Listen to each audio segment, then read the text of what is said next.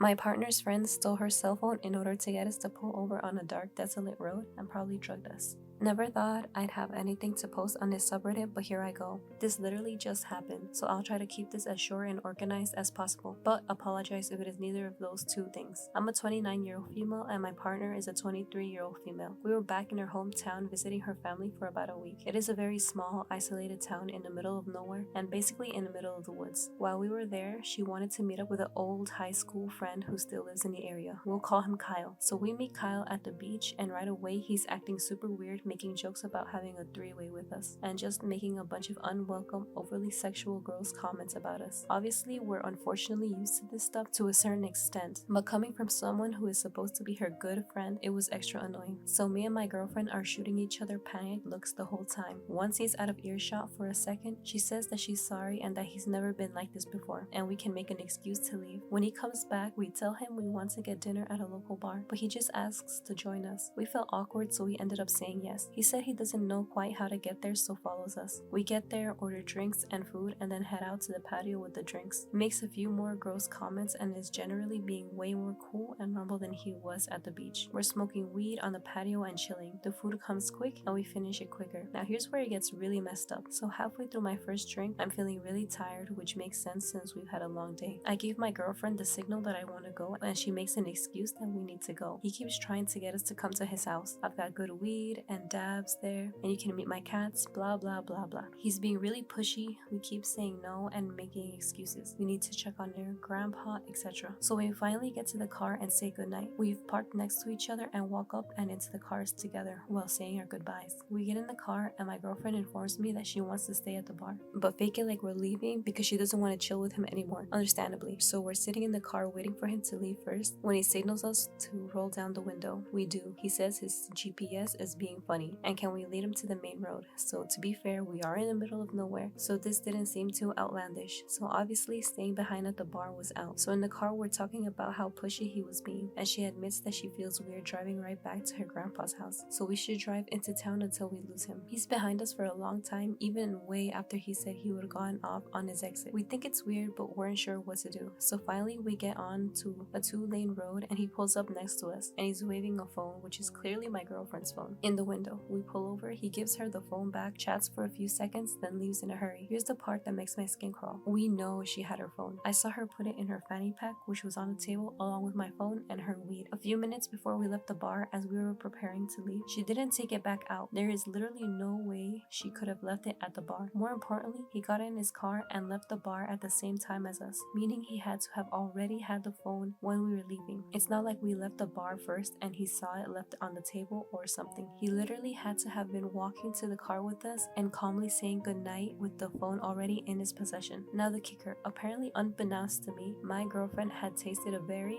weird bitter taste in her straw at the bar and was already suspicious, especially how he had been acting. This is why she wanted to stay back at the bar, to get away from him and stay in public where she felt it was safer. So when he walked up to the car to return her cell phone, she was very casually and deliberately flashed the knife that she kept for protection in her jacket. I didn't know at the time that she had done this, so that's why he had left so quickly. Obviously, I felt annoyed with her for not telling me her suspicions sooner, but she just didn't want me to panic.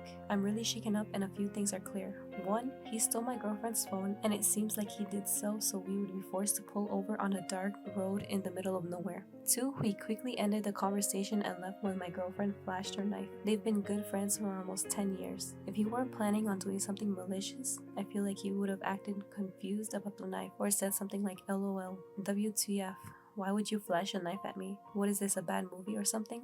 But instead he just booked it, which tells me he knew exactly what she was doing, reacting to a threat and prepared to protect herself and me. 3, he probably spiked our drinks. My girlfriend noticed the weird taste in her straw right away and chose not to finish her drink. I finished half my drink and felt very tired. A few more things. I don't know how he managed to nab the phone without us knowing or noticing. It didn't really make any sense, but he did. Me and my girlfriend both remember her putting in her fanny pack perfectly. We also have no idea how he could have spiked our drinks unless he was working with the bartender, but we were the ones who suggested that bar. I don't know exactly how he did it, but I think I know why.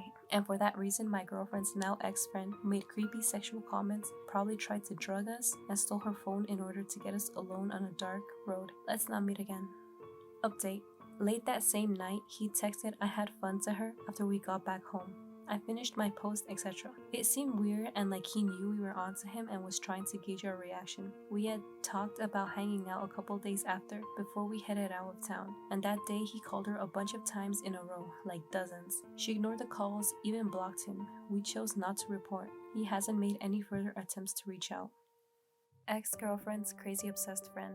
I'm not a creative writer or anything, I just saw a post on Ask Reddit saying, ever had a moment where gut feeling saved your life? After reading their comment, I thought it would fit well here. When I was about 13, I had not long broken up with a girl who supposedly had a psycho family. One of this girl's family was a close friend who was supposedly obsessed with her. I was invited out with my friends after school one day and this boy latched on. Everyone told me to come out and that he wanted to make amends and he understood why I did what I did, etc. etc. Being the pushover I went out and we hung out in the park, smoked and drank. As it started to get dark, I decided to go home. I felt uneasy being around him and he started acting all weird, talking about fight he had been in and bragging about bashing some guy's face in with his fist in school. Because of this, I left. I didn't feel safe whatsoever. The next day, my best friend and all the other kids that were out that night came into school and told me it got worse after I left. Apparently, after they had drank some more, he started waving this huge kitchen knife around and was telling everybody how he was going to stab me in the stomach for breaking that girl's heart. Let me point out, I only know details of this because I have a relative in the local police force.